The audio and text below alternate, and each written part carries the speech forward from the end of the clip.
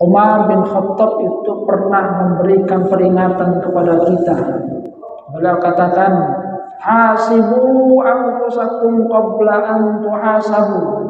Hisablah diri kalian, hitung diri kalian sebelum nanti kalian itu dihitung.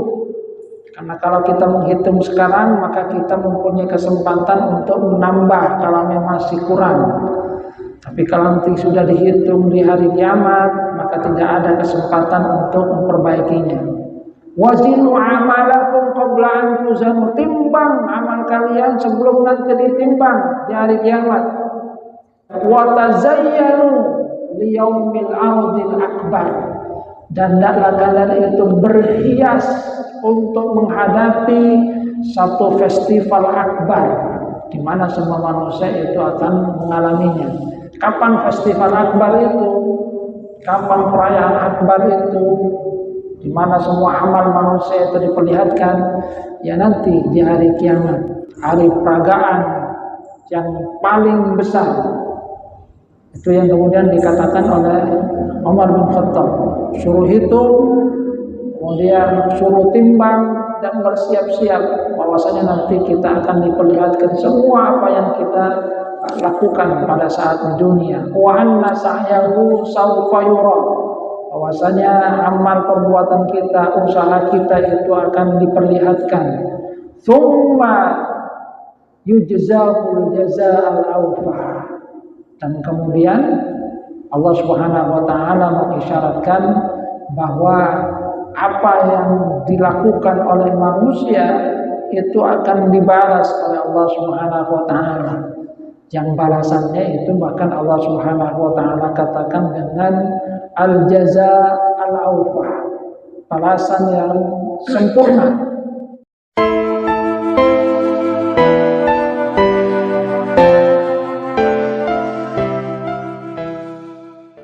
Assalamualaikum warahmatullahi wabarakatuh.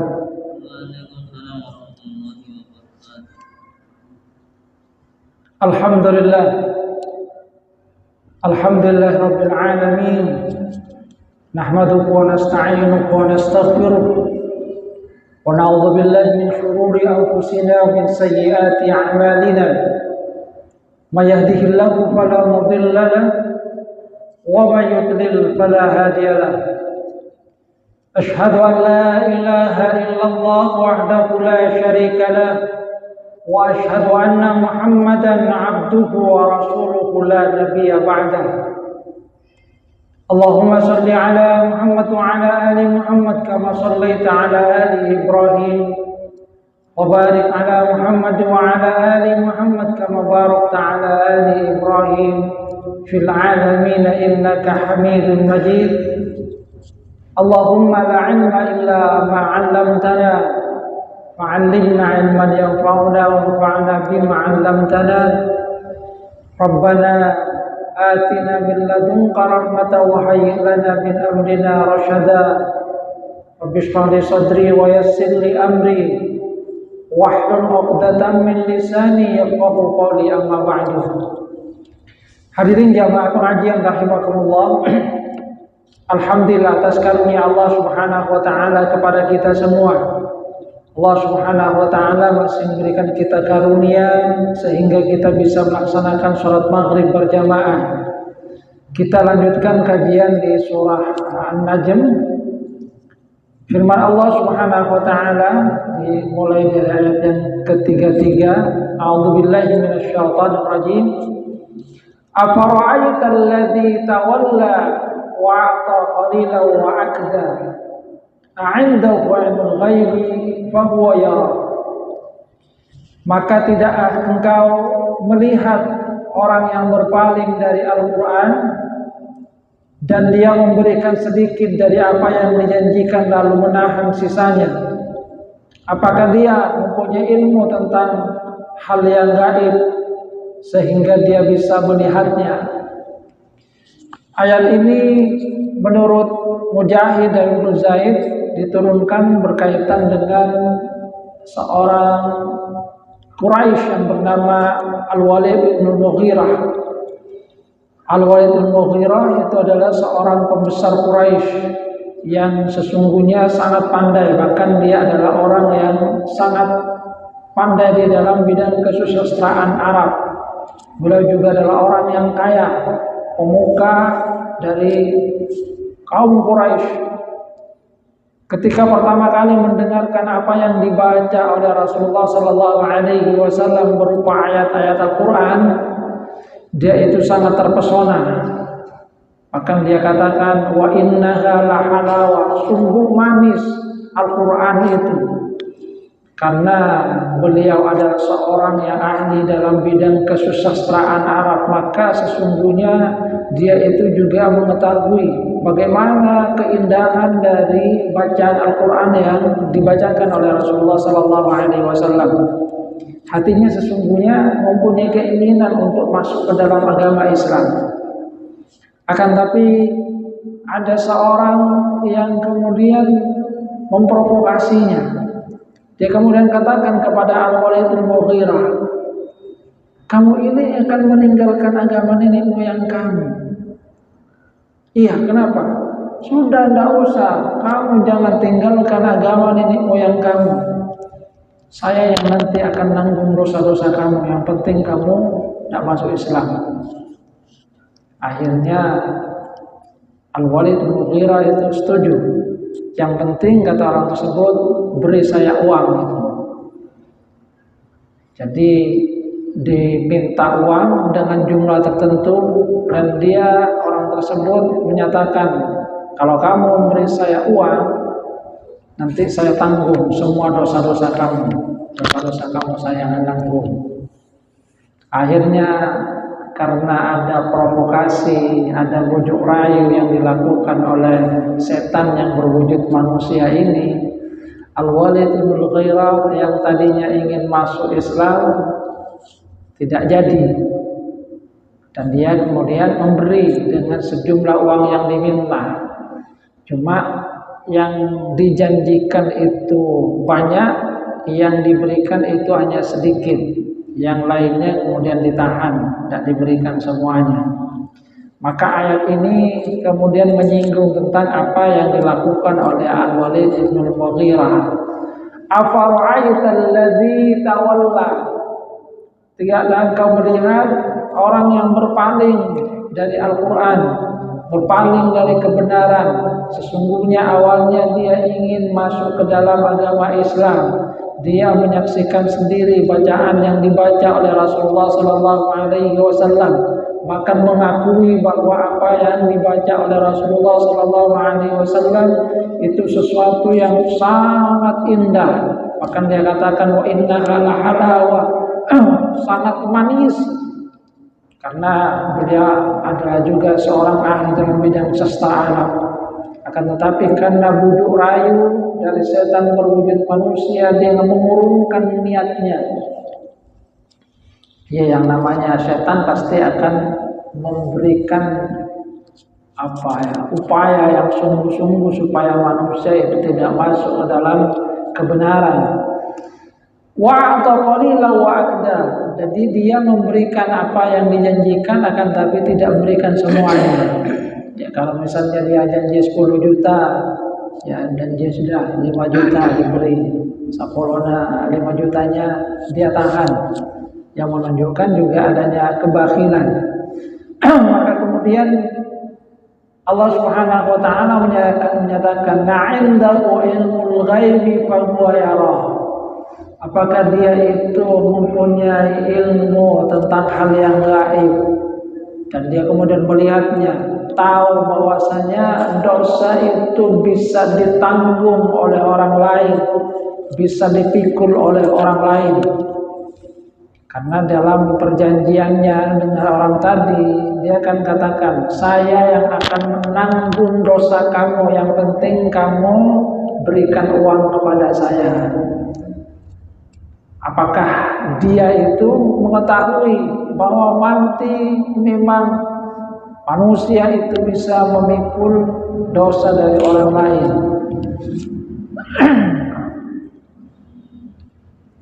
Alam yunabba bima fi suhufi Musa wa Ibrahim alladhi waffa alla taziru waziratan wizra ukhra. Apakah dia tidak diberitahu tentang apa yang ada di suhufi Musa, suhuf dari Nabi Musa alaihi salam.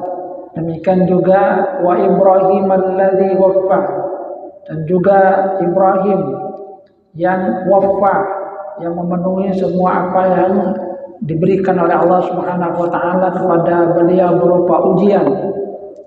Allah taziru waziratu wizra ukhra, bahwasanya seseorang itu tidak akan menanggung, tidak akan memikul dosa orang lain. Kenapa disebutkan Nabi Musa alaihi salam dan juga Nabi Ibrahim alaihi salam? Sebab orang-orang Quraisy itu ada yang menyatakan bahwasanya mereka adalah pengikut dari Nabi Ibrahim alaihi salam. Sehingga ketika disebutkan tentang Nabi Ibrahim, maka itu sesuai dengan apa yang menjadi keyakinan dari sebagian mereka, bahwasanya Nabi Ibrahim itu adalah panutan mereka. Adapun tentang Nabi Musa alaihi salam itu berkaitan dengan ahli kitab, karena ahli kitab itu terutama dari kalangan Yahudi itu mengimani Nabi Musa alaihissalam. Sebab dalam riwayat yang lain itu ada menyatakan bahwasanya ayat ini juga turun berkaitan dengan Al-Wa'il bin Al-As. Jadi disebutkan tentang Nabi Musa alaihissalam, apa yang ada di dalam suhuf Nabi Musa alaihissalam, apa yang ada pada suhuf Nabi Ibrahim, bahwasanya di dalam kitab terdahulu di suhuf Musa, suhuf Nabi Musa alaihissalam, dan juga suhuf Nabi Ibrahim alaihissalam, itu ketentuannya Allah taziru wa ziratu wizra ukhra. Seseorang yang berdosa itu tidak akan memikul dosa orang lain. Semua manusia itu memikul apa yang menjadi dosanya sendiri, tidak akan dipikulkan kepada orang lain.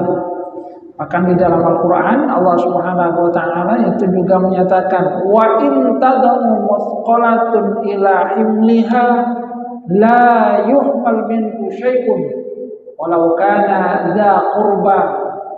Dan jika seseorang yang dibebani berat dosanya itu memanggil orang lain untuk memikul bebannya, maka itu tidak akan dipikulkan, sedikit pun tidak akan dipikulkan, meskipun itu adalah walau kana dza qurba, meskipun yang dipanggil itu adalah kaum kerabatnya.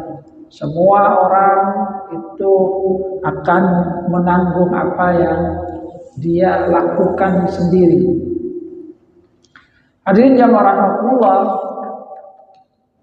ada hal yang menarik juga yang ada di dalam ayat ini, di mana Allah Subhanahu wa taala ketika menyebut tentang Nabi Ibrahim alaihissalam, Allah kemudian menyebutkan dengan alladzi waffa, Ibrahim yang menyempurnakan janji. Jadi Nabi Ibrahim alaihissalam itu memenuhi semua ujian yang diberikan oleh Allah Subhanahu wa taala. Di dalam Al-Quran Allah Subhanahu wa ta'ala juga menyebutkan tentang Nabi Ibrahim. Wa idh ibtala Ibrahim rabbuhu bikalimatin fa'atammahum qala inni ja'iluka lin-nasi imama. Dan ingatlah ketika Ibrahim itu diuji oleh Tuhannya dengan beberapa kali ujian bikalimat, dengan beberapa kalimat. Lalu kemudian Nabi Ibrahim alaihissalam bisa melaluinya, bahkan melaluinya dengan fa'atammahum, melaluinya dengan sempurna. Artinya ya kalau sekarang itu dengan predikat summa qamlut, sempurna. Ya nilainya kalau perguruan tinggi itu adalah A+ semuanya. Sehingga kata Allah Subhanahu wa taala, qala inni ja'iluka lin-nasi imama. Aku jadikan kamu ini sebagai pemimpin bagi manusia. Karena memang Nabi Ibrahim alaihissalam adalah pribadi yang unggul. Maka di dalam Al-Quran memang kita itu diperintahkan untuk mengikuti millata Ibrahim. Anittabi' millata Ibrahim hanifah. Ada riwayat dari Ibnu Abbas, apa saja yang disempurnakan oleh Nabi Ibrahim berupa ujian yang diberikan oleh Allah Subhanahu wa taala, itu dikatakan bahwasanya sebanyak 30 macam. Jadi 30 macam, dan itu kemudian tersebar kalau kemudian kita ingin lihat di beberapa ayat Al-Quran. Misalnya 10 gagasan itu ada di surah At-Taubah ayat 111 dan 112,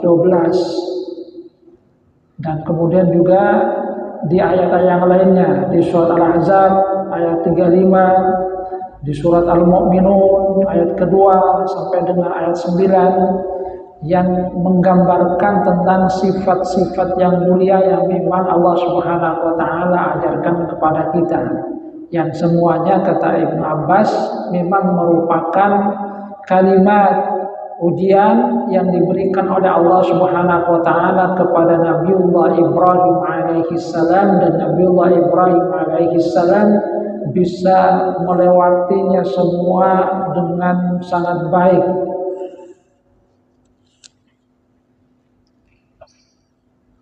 Wa Ibrahim alladzi waffa.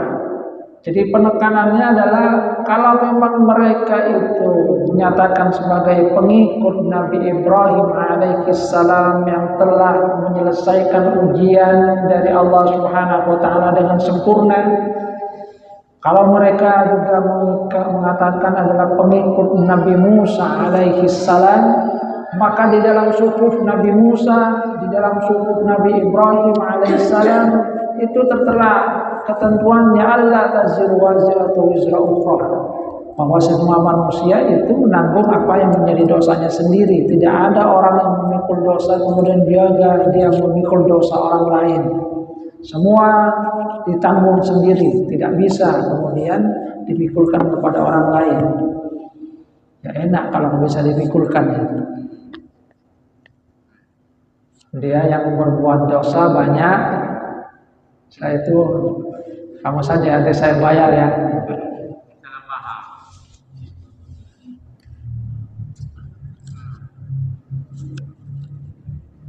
Dan ini kalau kemudian kita pernah baca itu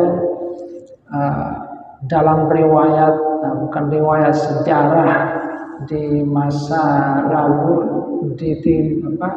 di Eropa yang nanti menjadi kebangkitan dari agama Protestan, itu memang juga ada di kalangan agamawan gereja yang menerbitkan surat pengampunan dosa. Jadi mereka menerbitkan surat pengampunan dosa, dan itu harus ditebus dengan sejumlah uang.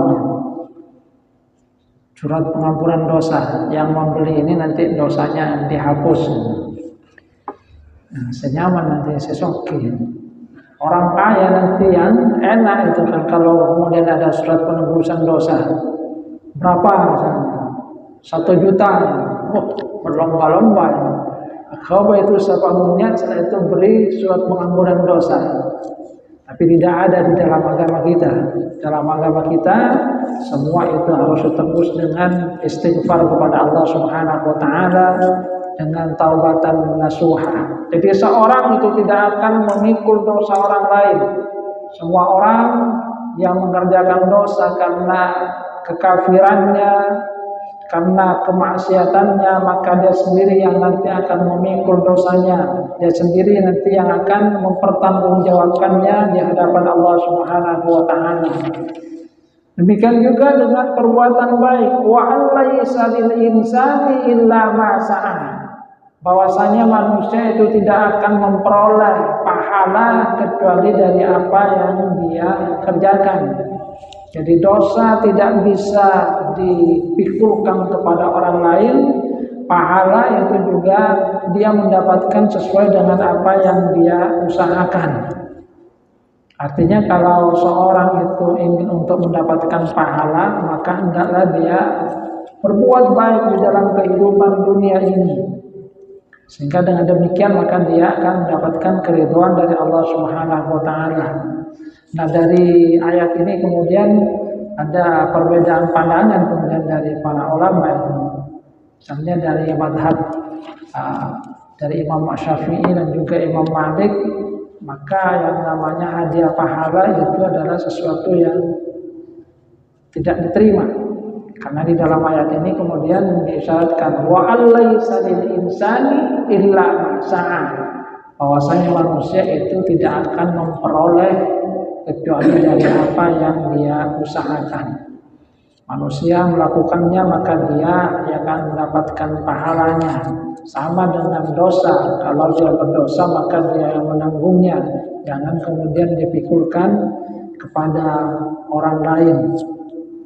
Hanya kemudian kalau tentang manfaat, kalau kata Syekh Singkiti, kalau manfaat bisa dia dapatkan dari orang lain. Misalnya orang mendoakan kita, itu adalah yantafi, menerima manfaat dari apa yang dilakukan oleh orang lain berupa doa. Di situ kan yang melakukan orang lain, tapi kita yang mendapatkan manfaatnya. Yantafi. Di dalam hadis Rasulullah Sallallahu Alaihi Wasallam itu kan juga menyatakan, "Idza mata ibnu Adam inqata amaluhu illa min salasin." Ketika anak Adam itu meninggal dunia, maka semua amalnya itu terputus illa min salasin, kecuali dari 3 perkara. Yang pertama adalah sedekah jariyah, sedekah yang mengalir, yang kata para ulama maknanya adalah wakaf, sesuatu yang diwakafkan. Maka sepanjang orang itu masih memanfaatkan apa yang dia wakafkan, dia akan tetap mendapatkan pahala dari harta yang dia wakafkan. Masjid ini misalnya, atau jalan raya dari tanah yang dia wakafkan, sepanjang orang melewati itu maka dia akan tetap mendapatkan pahala dari apa yang dia wakafkan. Sedekah jariyah, sedekah yang amalnya itu tetap mengalir, dan itu banyak.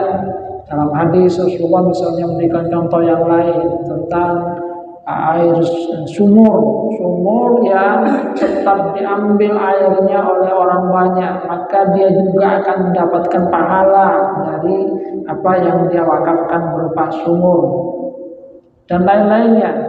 Yang penting adalah sesuatu yang diwakafkan dan itu diambil manfaatnya oleh orang lain.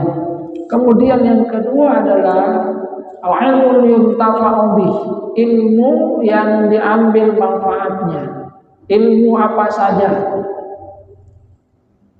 apa yang diajarkan kepada orang lain, maka itu sesungguhnya kan merupakan bagian dari jerih payahnya sendiri.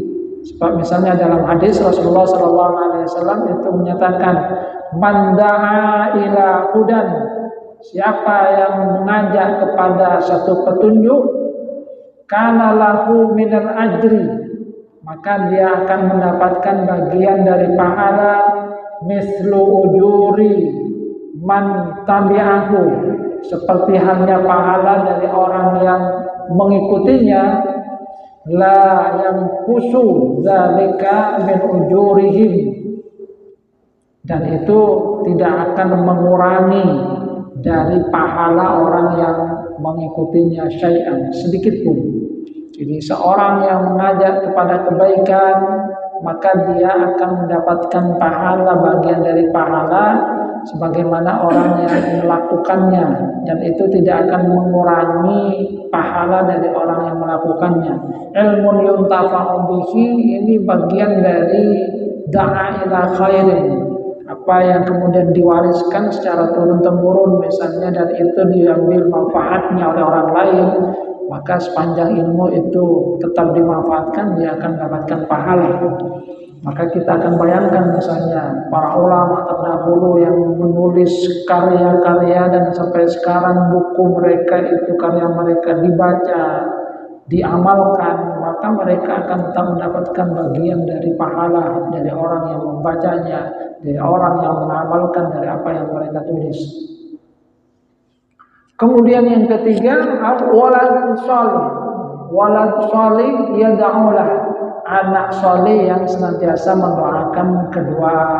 mendoakannya, yang sesungguhnya itu juga bagian dari usahanya. Sebab dalam hadis riwayat An-Nasa'i dan Ibnu Hibban, Rasulullah sallallahu alaihi wasallam itu menyatakan, inna atyaba ma akala rajul min kasabihi. Sesungguhnya sebaik-baik apa yang dimakan oleh seseorang itu adalah apa yang dihasilkan dari kasabnya sendiri, dari apa yang dihasilkan dari tangannya. Wa inna waladar rajul min kasabihi, dan anak dari seseorang itu juga dari hasil juga kasabnya juga, hasil usaha itu kan, usaha dari ayah dan ibu. Si agol ngajar.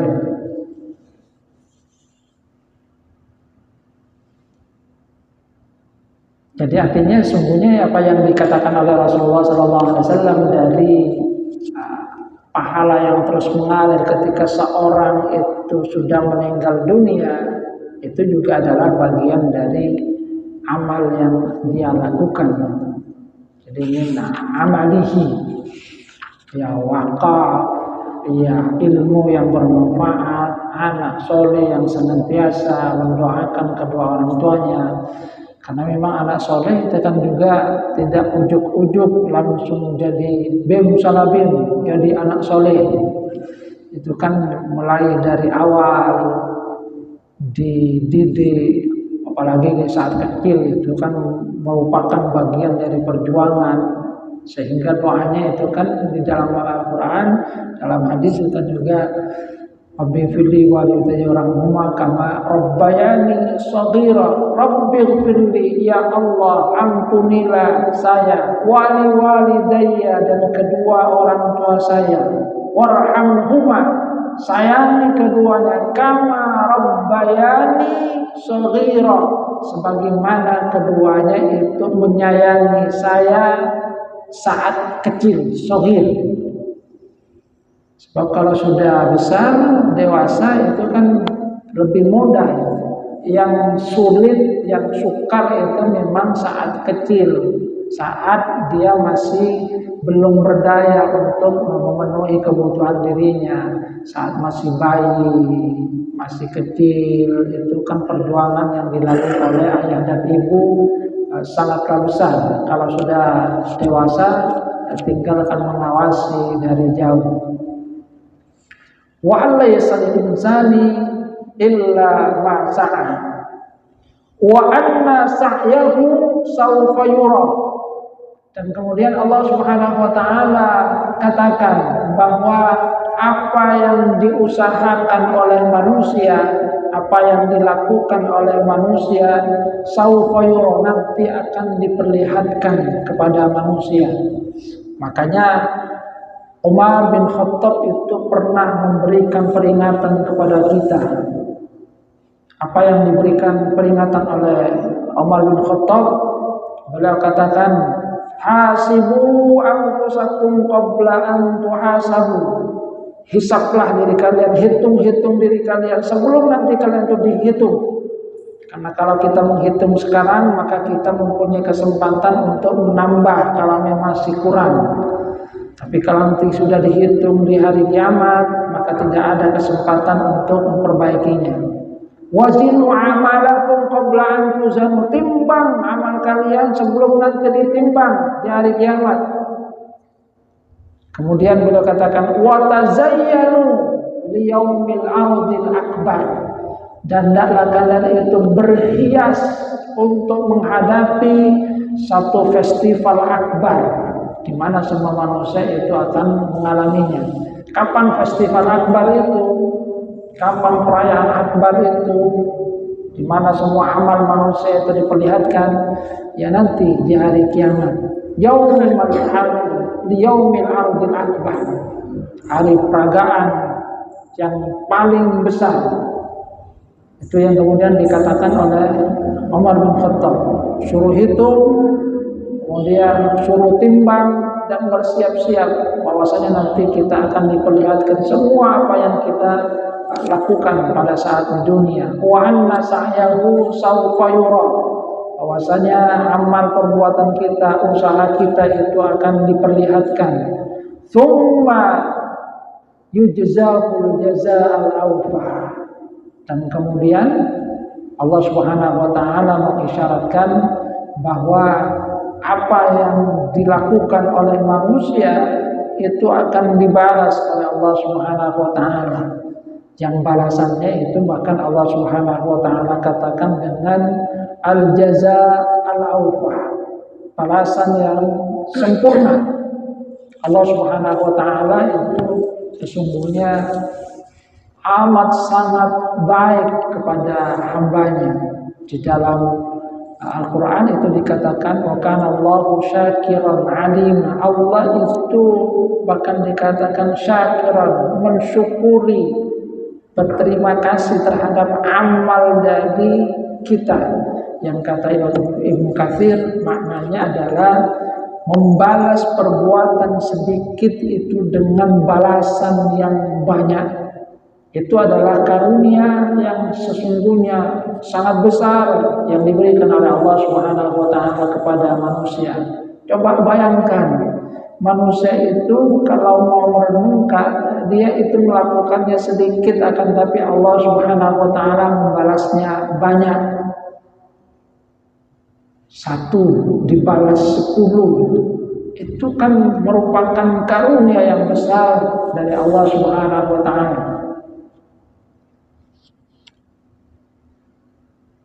Jadi karunia besar. Rasulullah SAW menyatakan, man qara harfan min kitabillah, siapa yang membaca 1 huruf dari kitab Allah, falahu bihi min kulli harfin hasanah, maka dia akan mendapatkan dari setiap huruf itu kebaikan, 1 kebaikan. Wal hasanatu bi asyri amsalihha, dan kebaikan itu akan dilipat gandakan 10 kali. Jadi kita membaca alif lam mim, maka kata Rasulullah, la aqulu alif lam mim harfun, saya tidak katakan bahwasanya alif lam mim 1 huruf, tapi alif harfun, lam harfun, mim harfun. Alif 1 huruf, lam 1 huruf, mim 1 huruf. Sehingga ketika kita membaca alif lam mim itu sudah 3 huruf. Dan 3 huruf ini adalah 3 kebaikan yang dilipat gandakan 10 kali menjadi 30. Kita membacanya sedikit akan tapi Allah Subhanahu wa taala membalasnya dengan banyak, 10 kali lipat. Bahkan ada yang lebih dari itu kan.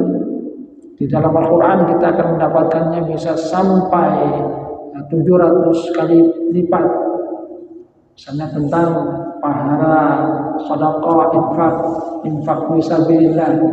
Mathalul ladzina yunfiquna amwalahum fi sabilillah kamathali habbatin ambatat sab'a sanabila fi kulli sumbulatin mi'atu habbah. Perumpamaan orang yang menginfakkan hartanya di jalan Allah seperti hanya 1 benih, dan itu kemudian tumbuh kemudian ada 100 tangkai, di setiap tangkai itu 10, sehingga kemudian 100 dikulli sumbulatin mi'atu habbah, 100 kali 7 menjadi 700. Jadi yang tadinya 1 ditanam ada 7 tangkai, setiap tangkai itu 100 menjadi 700 kali lipat. Bahkan Allah Subhanahu wa taala masih menyatakan wallahu yudha'ifu liman yasha, bisa saja lebih dari itu Allah melipat gandakan bagi siapa yang Ia kehendaki. Ini karunia yang besar dari Allah Subhanahu wa taala. Jadi kalau pahala itu kemudian yujza'ul jazaa'al awfa, yang sempurna. Maka kalau dosa itu kan satu dibalas satu. Jadi mengerjakannya satu, akan tapi tetap kalau dosa itu satu. Betapa kita tidak bersyukur kepada Allah Subhanahu wa taala. Betapa kita tidak kemudian merasakan karunia berharga yang diberikan oleh Allah Subhanahu wa taala. Tsumma yujzaul jazaa'al awfa. Jadi balasan yang sempurna itu yang diberikan oleh Allah Subhanahu wa taala. Manusia itu melakukan sedikit, akan tapi Allah Subhanahu wa taala memberikan pahala yang banyak, dan nanti itu semua akan dibalas oleh Allah Subhanahu wa taala. Tidak ada satupun yang terlewat. Innallaha la yuzlimun nasa syai'an. Allah itu tidak pernah berbuat zalim terhadap hambanya. Maka jangan pernah khawatir terhadap apa yang kita lakukan berupa kebaikan. Karena kebaikan itu pasti akan dibalas. Kalau orang tidak membalas, Allah Subhanahu wa taala pasti akan membalas. Allah itu tidak pernah kemudian lalai dari kebaikan yang dilakukan oleh hambanya. Sehingga apapun kebaikan yang kita lakukan, maka percayalah bahwa itu pasti akan dibalas oleh Allah Subhanahu wa taala. Bagaimana balasannya? Yaitu adalah sesuai dengan apa yang Allah Subhanahu wa taala kehendaki. Bisa diberikan balasan di dunia, akan tapi tentu yang paling kita harapkan adalah balasan yang melimpah nanti yang diberikan oleh Allah Subhanahu wa taala di akhirat. Sebab kalau nanti dibalas di dunia semua, ya kita akan nanti tidak dapat apa-apa di akhirat. Di dunia ya kita memang dapatkan inginkan balasan, akan tapi jangan hanya berhenti di dunia balasan dari amal kebaikan yang kita lakukan. Kita berharap bahwasanya itu akan terus lanjut sampai kita menghadap Allah Subhanahu wa taala, diberikan balasan di akhirat. Tsumma yujzahu jazaa'al awfa. Jadi semua itu akan dicatat, semua itu akan diperlihatkan. Inna nahnu nuhyil mauta wa naktubu ma qaddamu wa atharuhum. Jadi Allah Subhanahu wa taala katakan, sungguhnya kami yang menghidupkan yang mati, dan kami mencatat apa yang telah mereka kerjakan, dan juga atharuhum, bekas-bekas yang mereka tinggalkan. Tidak ada satupun yang terlewat. Bahkan di dalam Al-Quran surah Al-Kahfi, orang-orang kafir itu kan sampai heran. Ma li hadzal kitab la yughadiru shaghiratan wa la kabiratan illa ahsaha. Kenapa kitab ini begitu detail? Tidak ada yang terlewat. La yughadiru shaghiratan, tidak ada yang ditinggalkan, baik itu yang kecil ataupun yang besar, illa ahsaha, kecuali kemudian tercatat, terhitung. Dan itu yang memang dikatakan oleh Allah Subhanahu wa taala. Semua akan diperlihatkan dan akan diberikan balasan kepada kita. Wa anna ila rabbikal muntaha. Dan kemudian Allah Subhanahu wa taala katakan bahwa puncak semuanya sesungguhnya adalah kepada Allah Subhanahu wa taala. Sesungguhnya kepada Tuhan mula kesudahan segala sesuatu. Artinya apa yang kita lakukan itu memang dalam rangka untuk mengharap ridha Allah Subhanahu wa taala, semua itu akan kembali kepada Allah Subhanahu wa taala. Maka ayat ini sungguhnya merupakan peringatan tadi kepada orang-orang yang berpaling dari peringatan yang diberikan oleh Allah Subhanahu wa taala, berpaling dari Al-Qur'an, berpaling dari apa yang dibawa oleh Rasulullah sallallahu alaihi wasallam. Seakan-akan mengetahui hal yang gaib, bahwa temannya yang akan menanggung dosanya, bahwa kalau dia kemudian sudah memberikan harta tersebut, dosanya akan ditanggung oleh orang lain. Maka Allah Subhanahu wa taala dengan tegas menyatakan bahwa hal tersebut adalah salah.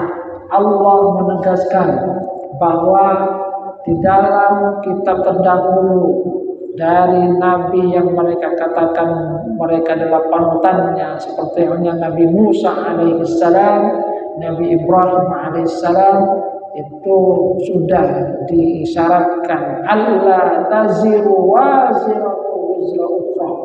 Manusia itu tidak akan memikul dosa orang lain. Sebaliknya juga dia akan mendapatkan pahala dari apa yang dia lakukan. Wa alaysa lil insani illa ma sa'a. Bahwasanya dia tidak akan mendapatkan kecuali dari apa yang dia lakukan. Ini supaya manusia itu benar-benar berjuang di dalam rangka untuk mencari ridha Allah Subhanahu wa taala.